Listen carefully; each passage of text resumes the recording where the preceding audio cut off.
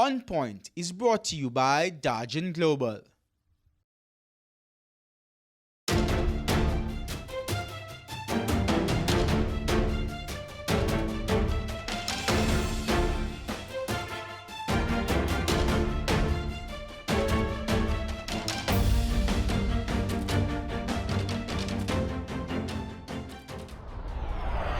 A very good evening and welcome to On Point. My name is Patria K. Charles. And I'm Dennis Chung. And we've got lots to talk about. You missed me last week? Of course. Very much. I lost weight. I like it. Oh my God, it's been a busy week though. Lots been going on. Lots going on at NSWMA. Yeah, in the past 2 weeks I've received 2 persons saying to me that they've received notices for removal of rubble and trash from their gates. Yes.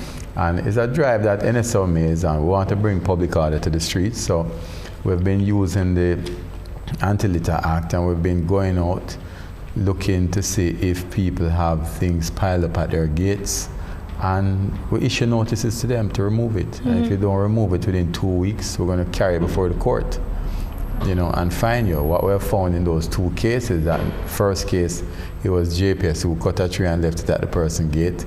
And the second case was NWA doing some road work and left it. But you are responsible for what is at your gate, and that's it. That's the route that we're taking. And so the person who the rubble at your gate is not your own. What's the recourse for them? They need to make sure that people don't leave it there, because for us, we are just trying to maintain order, public order, and we're going to be going out there and finding people if necessary. I'm going to push back at one of those state agencies, especially that you mentioned, which is the NWA, because they are habitual for not leaving somewhere the way they found it. Habitual for going in, doing road works and leaving rubble on the side of the road. And with your drive, you're doing your work as NSWMA, you're doing your work. And I see where there can be complications looking down the line of people having to take responsibility for issues that are not necessarily their own. So we need to talk to each other.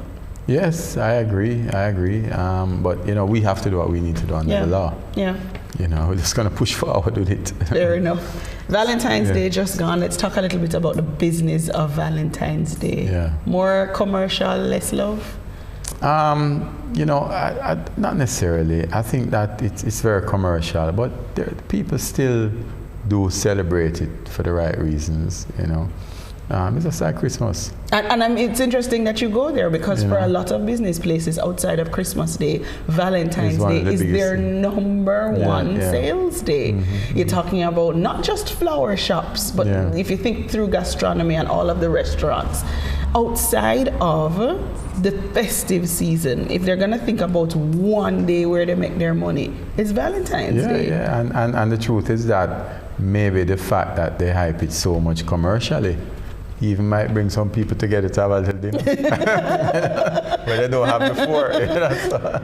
A couple other things happened. You were telling me about a story that you heard about. Yeah, about this man who molested a 6-year-old, and it turned out that he was jailed before for about 3 years as a sex offender, and the conversation has come up now.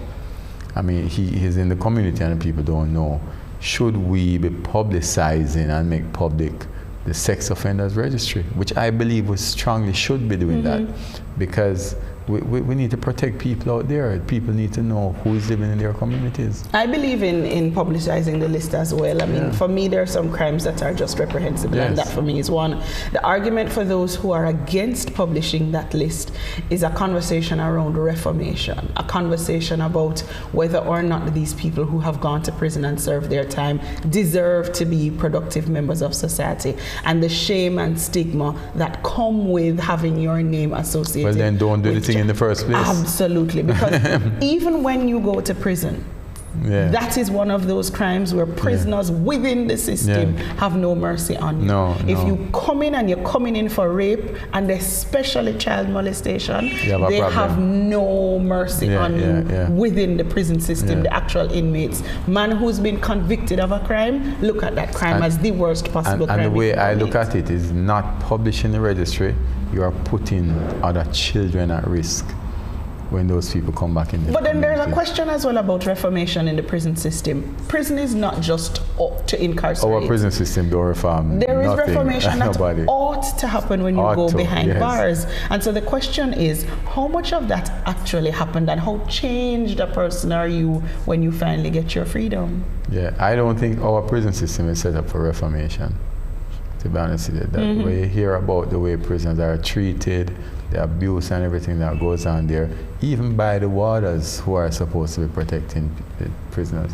There's no reformation that happens there. The painful part with it as well is too often we hear of sexual crimes and the punishment feels like a slap on the wrist. Yeah. So people go behind bars for sexual crimes in a very short period of time, too short a period of time in too many instances, they're back out. And so even if there was a reformation program, are they getting enough contact hours to be able to make that kind of change before they're out on the road again? So I believe in publishing that list, but it's a conversation that has to continue publicly. It has to continue, but the longer we take to decide, remember we're putting more and more of our children at risk. Yeah. And we have to protect them. Folks, we've got a packed show for you. All of the show today is going to be dedicated to the budget. What's projected for the 2020-2021 spend? We're going to take a look at that. But first, let's take a look back at some of the top business stories of the week. At number 5, business groups in Canada are demanding the government end demonstrations that have paralyzed the country's rail network. It's estimated that the disruption is costing the country's economy billions of dollars. The protesters oppose the building of the Coastal Gas Link pipeline, which passes through the land of Indigenous people known as First Nations in Canada. At number 4, China's aviation market has fallen from 3rd in the world to 25th. Airlines have slashed capacity because of the novel coronavirus, leaving the industry reeling. About 1.7 million seats, that's almost 80% of capacity, were dropped from China services from January 20 to February 17 by global carriers. Meanwhile, Chinese airlines have cut 10.4 million seats domestically. At number 3, the European Union has added Panama and Cayman to its blacklist of tax havens. The EU says both countries have not implemented the necessary tax reforms to be in line with EU standards. The EU has set up the blacklist system to sanction those it deems guilty of unfairly offering tax avoidance schemes. Other Caribbean countries on the EU blacklist are Trinidad and Tobago and the US Virgin Islands. At number 2, the JMMB Group recorded a net profit of 4 billion Jamaican dollars for the 9-month period ending December 31, 2019. This represented a 33% year-over-year increase. The group says that this performance was largely driven by growth in its core business operations, namely net gains on securities trading, foreign exchange trading gains, fees and commission income, and net interest income. At number 1, training institute iCreate Limited has raised 24 million Jamaican dollars through a bond issue. CEO Tyrone Wilson says the money will be used for working capital support. The bond is structured for semi-annual payments at 12.5% and matures in 5 years. The issue comes exactly a year after the training institute raised $70 million in an initial public offering IPO to stock market investors. When we come back from this break, we're talking numbers, budget numbers, right here on Point.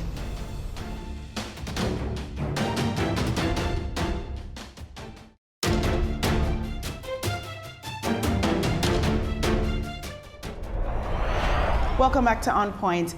$852.7 billion. That's how much money the government is expected to spend next year. That's $6 billion less than was spent in the year of 2019. Now, what's changed? Take a look at the numbers. The government is projecting to spend $852.7 billion during the new fiscal year. Compared to the current year, which ends March 31, that's $6.4 billion less. This reduced estimate is heavily influenced by the reduction in debt servicing costs. $155 billion has been set aside for that. $74 billion will go towards capital expenditure, which involves the construction of roads and other projects. Wages and salaries is always a sizable portion of the budget. The Holness administration is projecting to fork out $221 billion to cover that cost during the 2020-2021 fiscal year. The government also plans to execute a few programs spanning different sectors, including technology and education. The government plans to spend $232 billion on that line item. So how will all this spending be financed? The government plans to use taxes, which they are projecting will amount to $675 billion. That will be supplemented by external funding such as grants and loans. And joining us now to talk about these figures and their implications are Jermaine Burrell, Group Research Manager at the JMMB Group, and economist, opposition senator, senior lecturer at UWI, and PNP caretaker for West Central St. James, Dr. Andre Horton. Welcome to On Point, gentlemen. Thanks for having us. Quite a long title. Lots going on for you. We'll get to some of it. Let me start with you, Jermaine. Take a look at the budget numbers. Happy? Generally speaking, yes, I am. The budget now represents more of a direction that we have wanted to see for quite some time. We're seeing now where the focus is either on a balanced budget or a budget where there is either a marginal surplus or a marginal deficit. This is in stark contrast to what we would have experienced in years gone by when we had to grapple with the challenges of a large fiscal deficit, anything running between 5 to 6% of GDP. This budget is one that will help to slowly grind down the debt to GDP number, and that's of paramount importance to us, particularly in the financial sector. We want to see the debt ratios coming down, we want to see the interest coverage ratio coming down, and effectively what we want is more room, or what you call fiscal space in the budget, to allow for more spending on the capital expenditure side. In particular, the roads, well, roads are being spent on now, but we have to go to the hospitals, the schools, and the sort of technological advancements to get Jamaica to where we want it to be.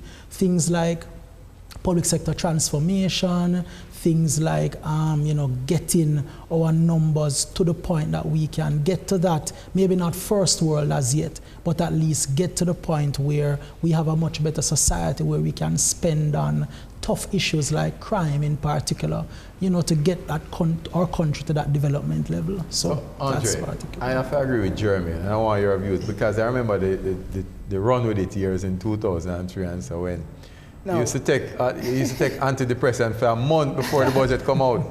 What's your view? If we're looking at this year's budget, in absolute terms, where it is now, we're budgeting to spend $53 billion. Last year, we budgeted to spend 803, and we end up spending up 860.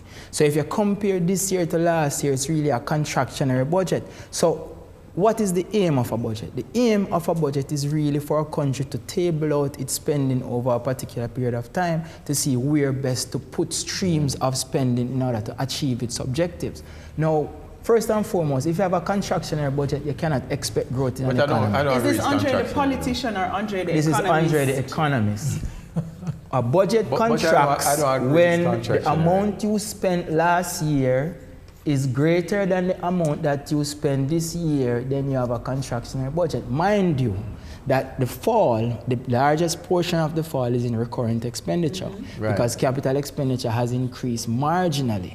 But when you look at the budget in its entirety, yes, we're paying down our debt, because that is very important. And we have been paying down our debt over the last 7 years. That is why we have moved gradually from a GDP debt ratio of 140% to 93% currently. But when you look at a budget like this one, and you look at the challenges that we face as a country, we face severe growth challenges. In 2016, the Ministry of Economic Growth and Job Creation came out and they hypothesized that the country should by 2020 grow by 5% per annum. Currently, we are growing at less than 2%. So in this case, there are two ways to approach it. One is to cut spending and then see what happens gradually down the line And 2 is to directly penetrate areas of growth where spending is necessary. So when I'm looking at the budget itself, it's really a budget that is following the rhetoric, that is following through with a template that has been laid by the International Monetary Fund, with no cleverness as to how the country is really going to get out of this 1%, 2% growth trap. But a template that others would have said is working. A template where, if you looked at the budgets of the past, no, if you look at last year's budget is relatively the same to this year's budget in terms of how it approaches paying down debt. And I'm not talking about immediate past. Yes. I'm talking about budgets 5 years ago, 10 years ago. No, even budget 5 years ago was geared towards paying down debt. Because 5 years ago, we were in that position, 148% of GDP, and it's through our budgetary process every year we have been successfully able to shave off a 10%, a 10%. Well, this has been going on for 5 years. I put it to you and Jermaine. It is not through no budgetary process where we pay off debt. It's debt restructuring. Yeah, but that plays a role. No, listen.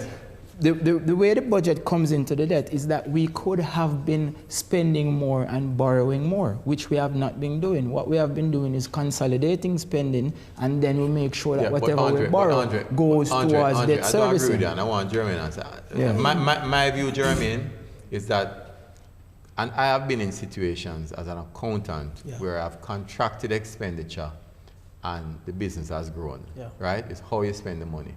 But more important than growth, isn't it about policies rather than the budget? Growth is not exclusive to government spending. Remember, the classic equation that we all use: consumption, investment, government spending is a part of it. But remember, what we have had in Jamaica over the last, let's say, 30 years is where the government's involvement in the economy has really crowded out the private sector. Yes. With this type of budget that we're seeing now, where the focus is primarily on grinding down the numbers, what we have effectively done is to force the private sector now to stop depending on GOJ debt and to become more innovative. So, for example, look at basically the massive growth that we're seeing now in terms of the stock market.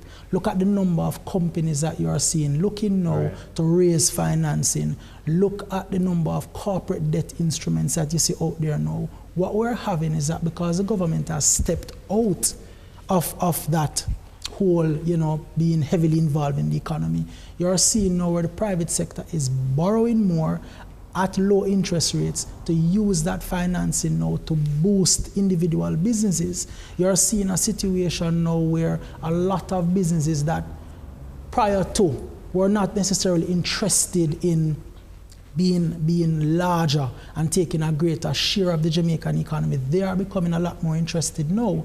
So for me, the whole issue of not having the budget where we're aggressively spending, etc.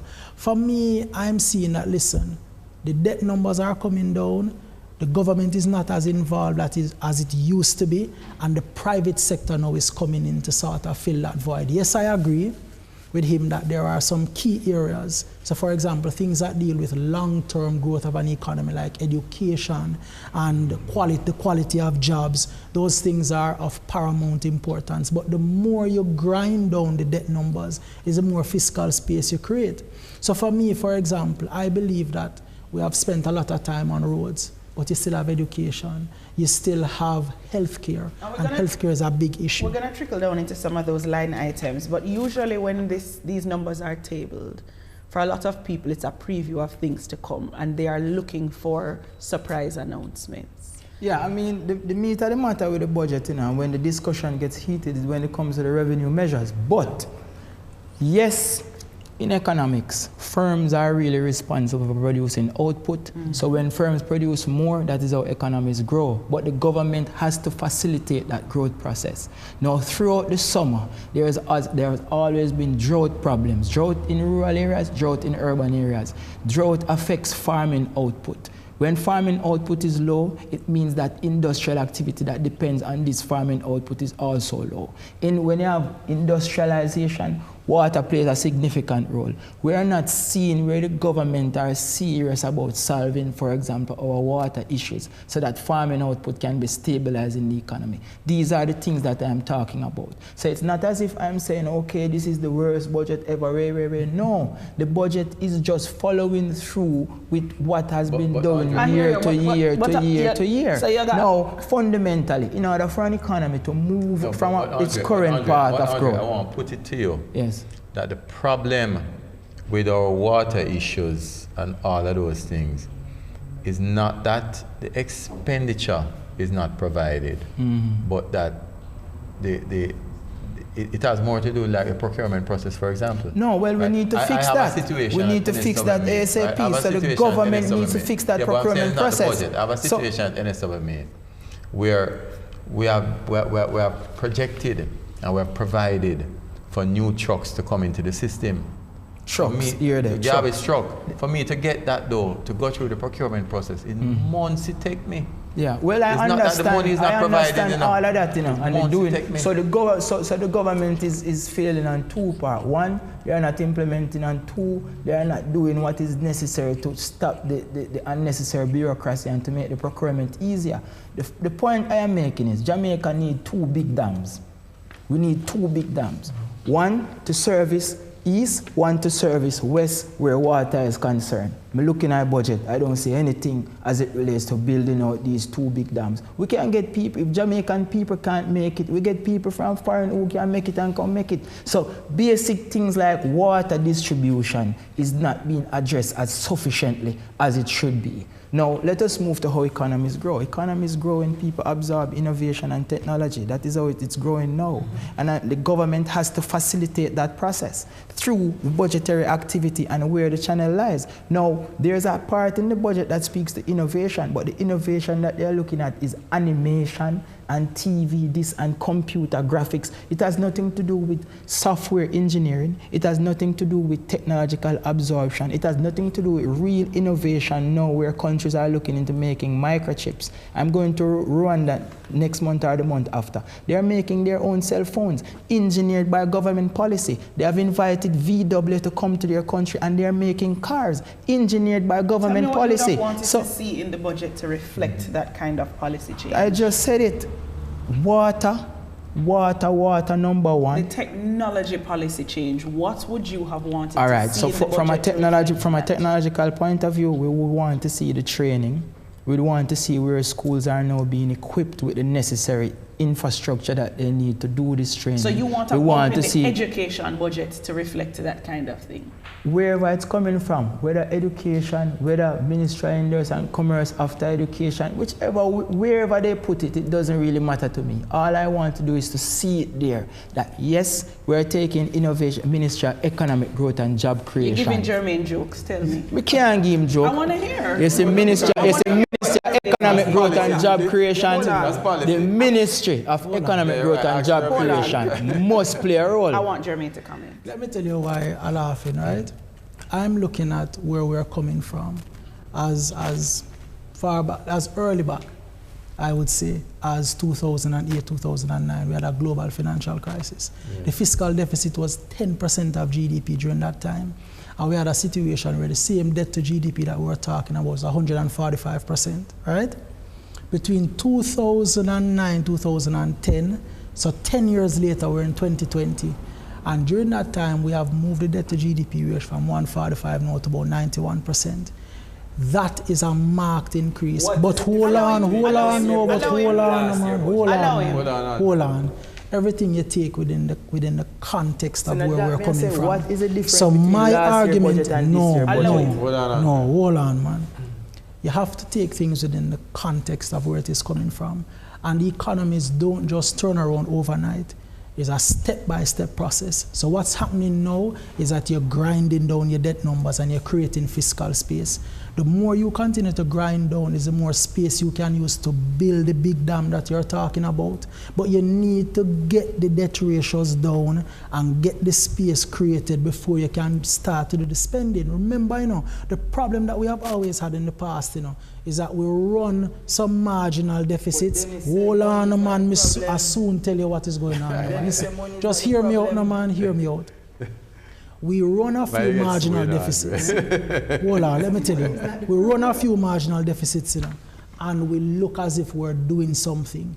And then we decide that, okay, next year we're going to spend. And then when we decide to spend, we unravel all of the gains that we had made before. Let's get ourselves into the position now where running marginal deficits, balanced budget, marginal surpluses becomes the norm. When that becomes the norm and you get to that point where your debt to GDP ratio get down to the 70%, no, it is not that yet. Because where we are now, remember that at 90%, this can all unravel quickly, Let us run a 5% fiscal deficit 1 year. And the rating agencies, hold on, I don't know, that's what I say. So Andre, let there be a mistake. And we run a 5% deficit 1 year. And you begin to see how this fragile confidence just start to erode like that. Let me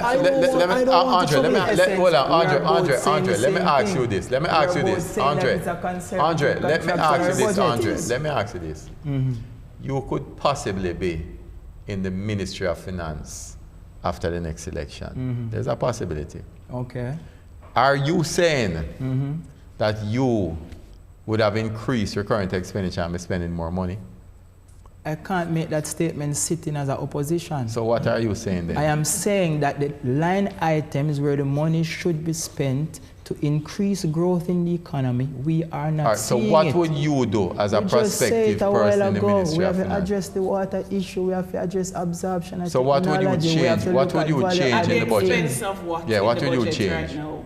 A lot of things can change, man. When you look at the budget, there are so many unnecessary spending and many things, so many climate change and resistance. Them are train people to do this, do that, where it have no bearing on economic growth in the country. It's just some money being spent down some channels where it's just true you get a grant. So you don't think climate change is essential? Yes, it is essential, but how those, look at the line items again, you'll see it. It's just like unnecessary money being spent in some areas where it's not contributing. Like what? Training of people for go look for this, that. What is it this, has nothing to do with the increase in the absorption of technology. Look, you see, as long as I am not seeing where the building of parks and we need to take economic growth and our approach towards providing the necessary training and the necessary infrastructure and innovation. As a matter of fact,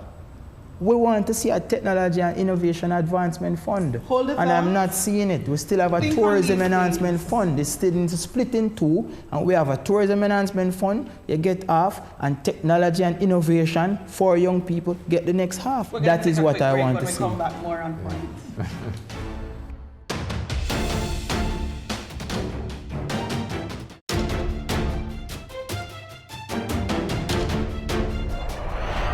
Welcome back to On Point, a very lively discussion here taking place. And I think we're going to introduce you guys because we don't have the time for it. So Jermaine, is what Andre is saying, does that register with you?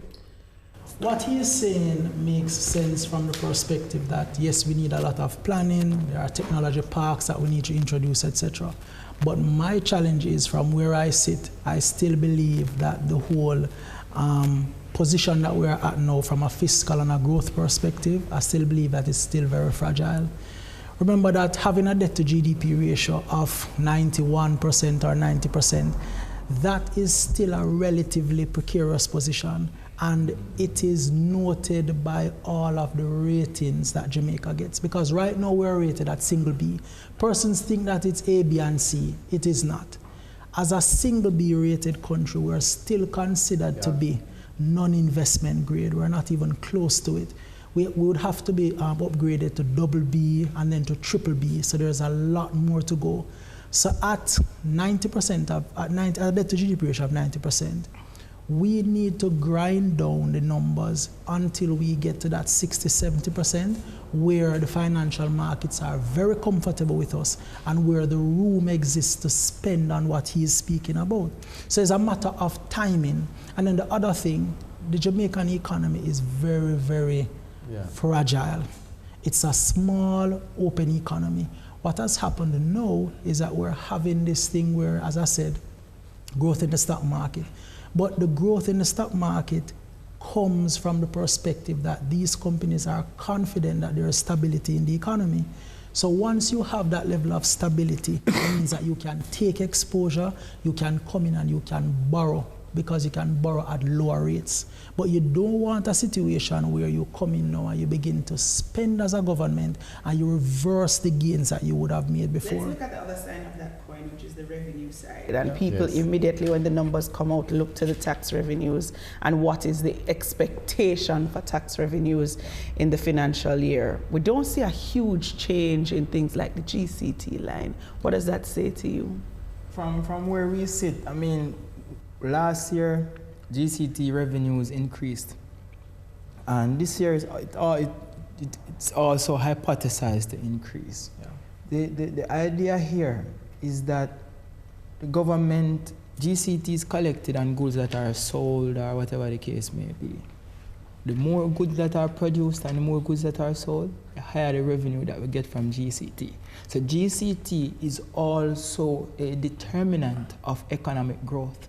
Following. So if we increase... Or is an outcome of economic growth. Yeah, so if we were able to increase, even the debt itself is a fraction of economic growth. So remember, one is in the denominator and one is in the numerator. So the debt is in the numerator, growth in the denominator. If we can increase that denominator while holding the numerator constant, the debt to GDP ratio is going to fall. It is going to fall. So we cannot have a contractionary budget moving from 860. And as a matter of fact, we have hypothesized that this 52 billion won't be enough. So by November, October, there's going to be a supplementary budget, very similar to last year, when they hypothesized a budget for 803 billion, and then by November it reached 820. By December, it reached 840. By the time the budget period done, it reached 860. So what we are saying is that the budget didn't even cover inflationary changes. So normally, if you have the same budget year to year, when you have 1 year 860, inflation being 6%, then this year budget would be 6% greater than last year budget. But you can spend less. So you can spend less and yes, more. we agree that. My mother teach everybody you can spend less and get more. Yeah. That's a simple thing.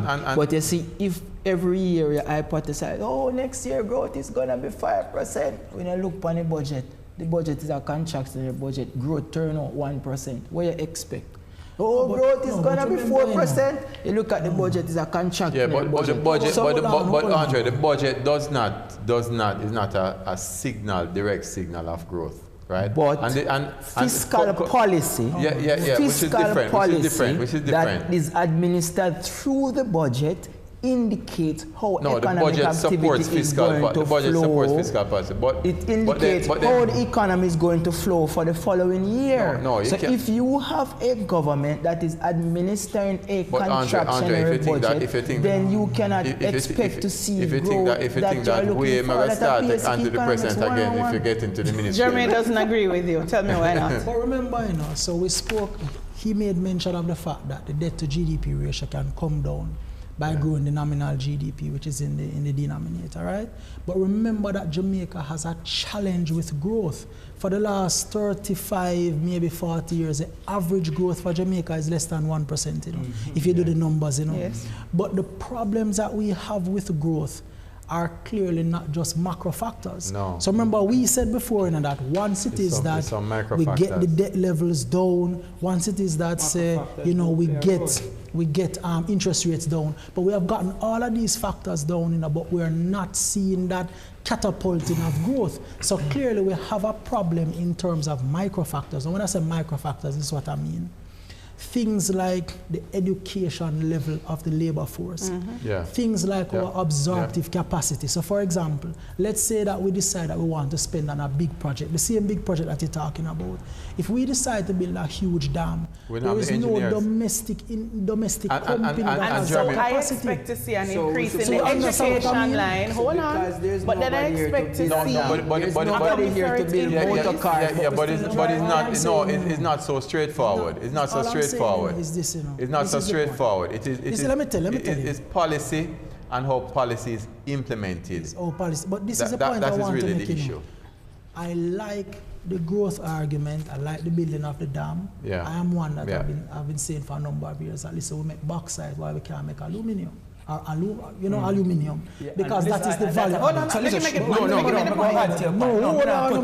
hold on, man. Right, listen. But the problem is that if you build a hydroelectric dam, right, all of the money that you spend from the hydroelectric dam will be something that is going to leave our economy, because the people that you'll be spending the money with, right, is going to be some overseas engineer. So the multiplier effect that we would hope for, we're not going to get it. No, you give Andre jokes. Tell me no, why. But ask him, we're not going to get it. I want to hear what's so funny. China them build road. The money they we spend on the road leave the economy same way. So I want to say China them build the hospital, so the money we spend. So true, we want have a under like a exfoliating budget, make I use that word, a budget that is contractionary. We don't make an excuse, say, we drive cars, we don't make any. The point is this is what the country needs, so this is what we have to invest in. You following what I'm saying? Yeah, but Andre, hold on, gentlemen. Andre, the budget, I think we can read, the budget don't necessarily drive growth. Right? Not the amount of money. It is an indicator. There is no country that administers a contractionary budget and expect the economy to grow. Started the thing on the revenue. I mean, if you talk about the revenue. The revenue is now germane, right? It is showing, when you look at the numbers, that there's not going to be any major tax package or anything, right? And people were speculating. They were wondering, is GCT going to increase? Which is good. What is the conversation around? For disposable income. What is the As a matter of fact, income tax? one line I noticed though, when you're reading the revenues, it shows that telecommunications license is going to double. Yeah. Does that mean, that could mean that we're having a new provider in the marketing? It could be. It could be. We know that there are challenges currently with a particular telecommunications provider, especially refinancing of their debt, etc., etc. So it could indicate that. But the good thing about the revenue numbers that I like is that even though the economy is not experiencing this massive growth, you are still seeing where the revenue line is growing by 6 and 7%, which is good. And it speaks to the fact that unemployment has come down from about 12–13% down to about 7% now. So more persons are working, more PAYE, even though the jobs are marginal, which you and I have spoken about before. That is not the best of jobs that we'd want. Well, 70% of our people leave high school without a certificate. Without a certificate, so that's the problem. So that's why I like the fact that the unemployment is coming down, even though it's not the high quality jobs, but it still represents individuals who otherwise would have possibly they're engaged now. Crime. So they're engaged now. It's a little marginal money, but they can eat. You understand? They can eat. It is important to start at that point first, and then to move to the value-added jobs after. There was a particular line item that I was looking for that I haven't seen. There was conversation from the security front earlier, perhaps mid last year, that there would have been money allocated to retire some police officers out of necessity. Not a small figure. And I was looking for that in the budget and I haven't seen there are a lot of deficiencies. What does that mean for transformation of the police force? There are a lot of deficiencies in the budget as it relates to national security. I mean, you see the crime problem that we face. And I know whatever I say is going to be, colored. Andre say, or Ray. But brother, look at it this way. We face a big crime problem, see, and the crime capital budget doesn't look sufficient to me. And when you look at it also with the supporting services, because I am from a volatile community, and I have seen where social intervention programs like the football and the this and the netball and the activities distract young people and provide them with a means of expressing themselves so they turn less to crime. And I'm at the social workers that are needed now to go into these communities with the trauma. And these guys are civilized country. We are looking upon in Jamaica as a civilized country. It's not a country where I say, okay, we just want the debt come down, so we don't spend nothing this summer now, but we are spend on climate change and people must go train more resilient, have sunshine and get too hot and rain. And hurricanes getting too intense. Yeah, and then thing when warming. Your neighbor get shoot up yesterday, somebody, your next neighbor, your friend kill him wife and kill them sister, and you want so the civil, may I tell you, say it's not really a clever budget, it's civilized. But then it's a little bit strange, right? Because from my perspective, what I understand is that a lot of money has been allocated, not necessarily to the JCF, but more to the JDF. Yeah. Because from what I understand, hold on. From what I understand, the JDF has been recruiting more, and they're recruiting more on the technological side. So persons with legal skills, persons with investigating skills, because what they want to do is to get to the point now where the criminal activity, a lot of things happening under the quiet. So I think that what's happening now is that persons may not be as supportive or confident then in the police, because there are little things that persons complain about, etc. So what they're doing now is to improve the intelligence on the JDF side and improve the technology so that we're able to fight crime more from an evidence-based perspective. Yeah. That is so very that's necessary. So why not through the police force? Why through the soldier? Them in it, soldier, brother. No, Andre. But there is intelligence, but you have intelligence. As a matter of fact,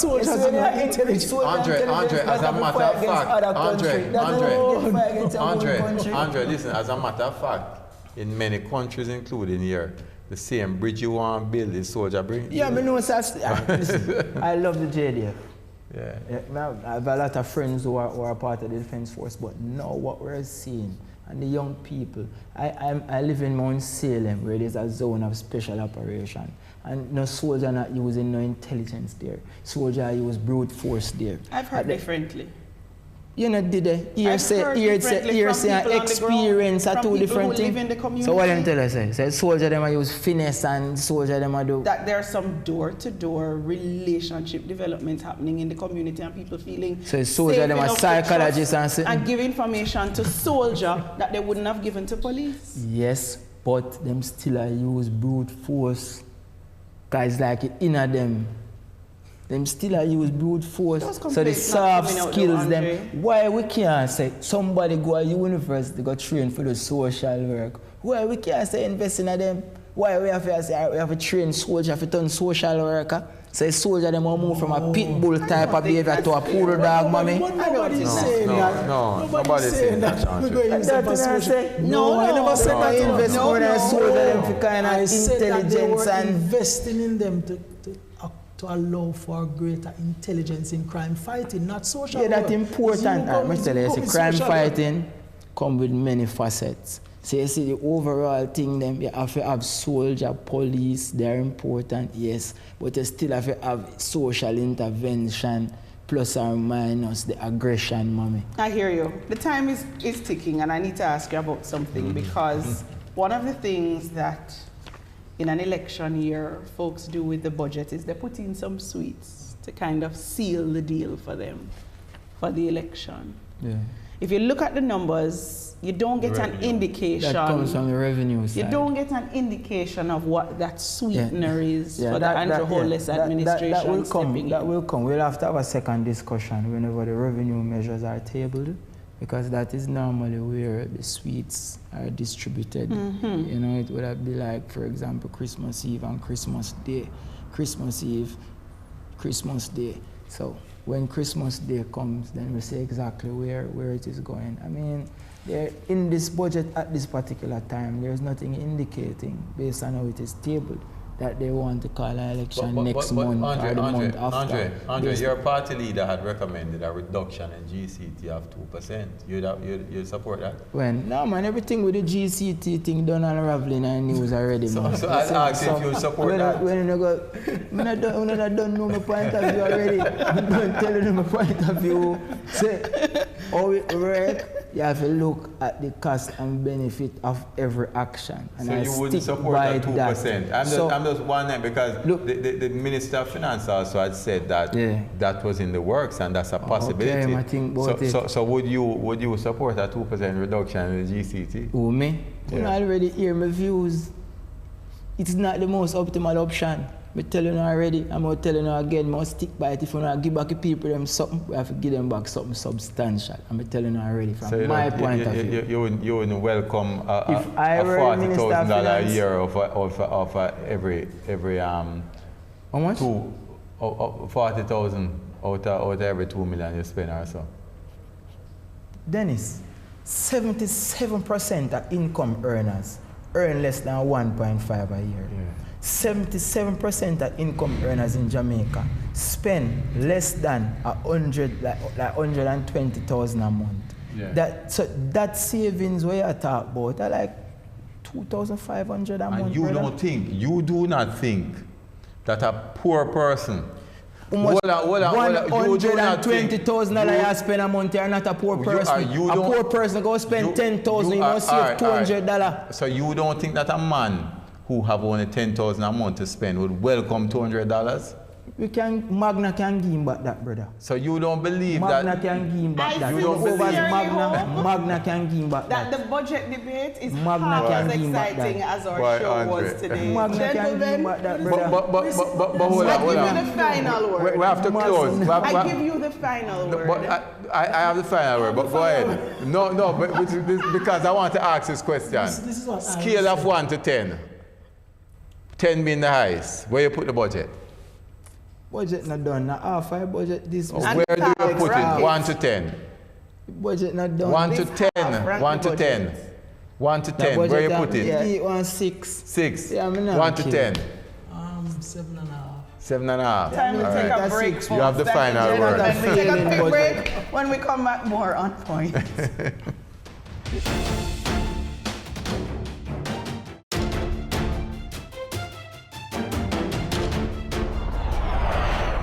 Welcome back to On Point. The government will be spending more on national security in the next budget. But what's the allocation like for the other ministries? Take a look at the numbers.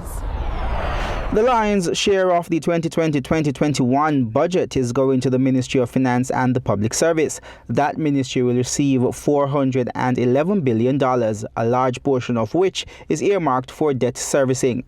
The Education Ministry has the second largest sum, totaling $118 billion.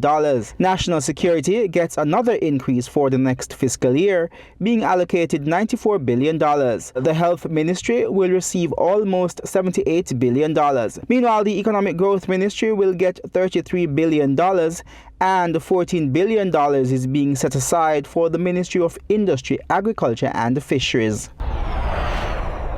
With elections constitutionally due in a year, this may be the last budget presentation before a general election is held. So our On Point team hit the streets and asked, how would you rate the Holness administration's handling of the economy so far?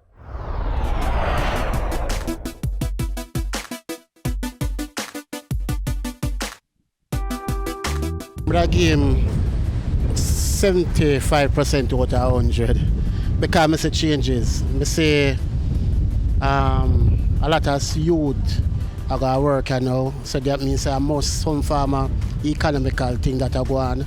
It's a whole heap of structure building a go up, and IMF deal done with. And you have to pop in my boy still, Peter Phillips. You have to give my props to that. And you can't see growth according to the media. You hear the growth about, so I give him the thumbs up. For jobs, I would say 45, because for young persons like myself, I am all the way from Clarendon and I have to come into New Kingston to find a job. Not that we're not making ourselves qualified or getting qualified, it's just that the opportunities are not there. The government doesn't provide them. So I'm not too much for Andrew Holness. I think he's working, but if we could get some more, that'd be good. I rate him at like about 90%. He's doing an excellent job, but my only problem with him, he's too soft on crime. But with the economy, He's doing excellent. So, you know, if you ever get to talk to him for me, tell him, listen, you need to step on crime a little bit more, all right? I give him a thumbs up because with the whole heap of call center that we see around the inner cities and things, the youths them have been given a chance now. I mean, one time a little China wholesale them, we have to go get a little work and thing. The youth them come out now call center, yeah, some good pay and some little thing are going. Yeah, man. I give him thumbs up for that. Not very political, but as a young person, I would rate that he's doing good because I'm seeing things happening. However, I've been always seeing things happening with whoever is running the government. However, what I noticed that he's doing recently is he's saying that he's providing jobs, and the only jobs I'm seeing appearing are call centers. I don't believe that he's providing the economy with jobs by saying that he's allowing these call centers to pop up all over the place, because they're not long term. They just use it for the peak season, whatever they need you for, and once that is done, they just ramp you down and find other people when they're ready for you again. I don't see that as providing jobs. I think stuff like, say for instance, government jobs. I believe that if he's to open those to opportunities to younger people, that I would believe that he's providing jobs to young people. But until then, no.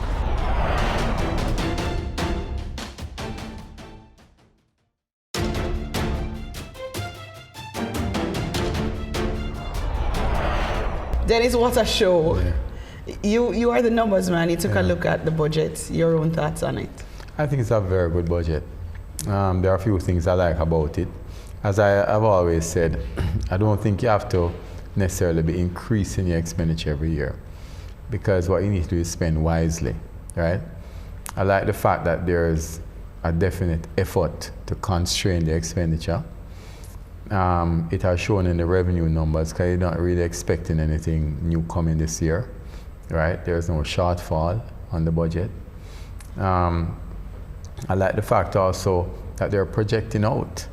You know, they're projecting up to 2025 or 2024, which is something you want. So the budget debates, the lesser budget debates that are going to come after now are going to be even more important, because you have to be talking more about strategy at the ministerial level, right?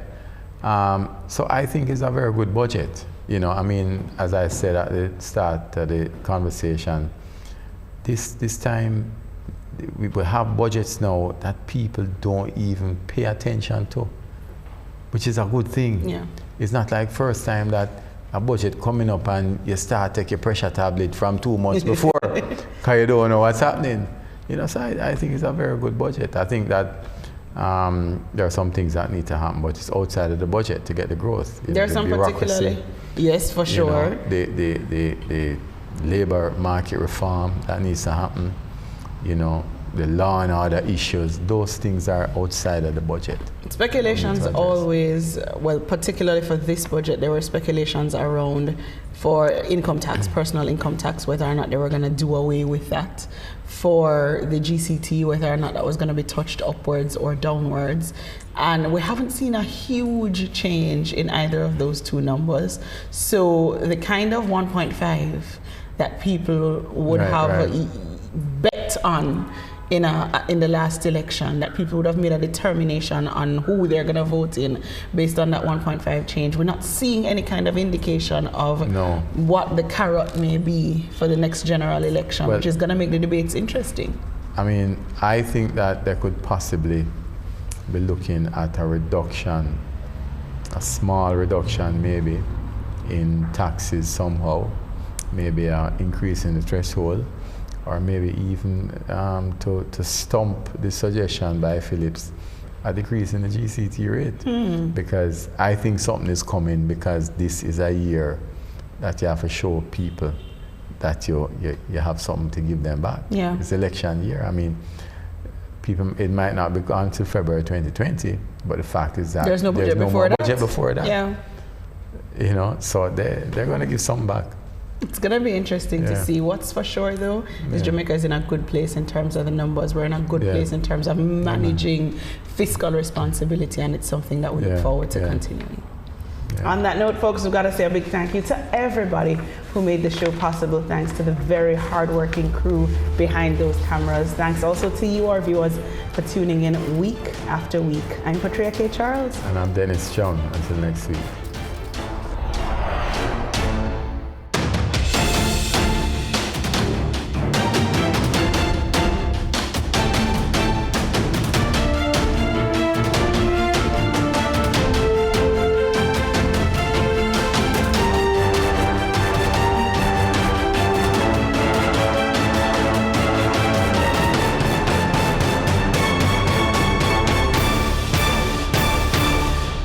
On Point was brought to you by Dargin Global.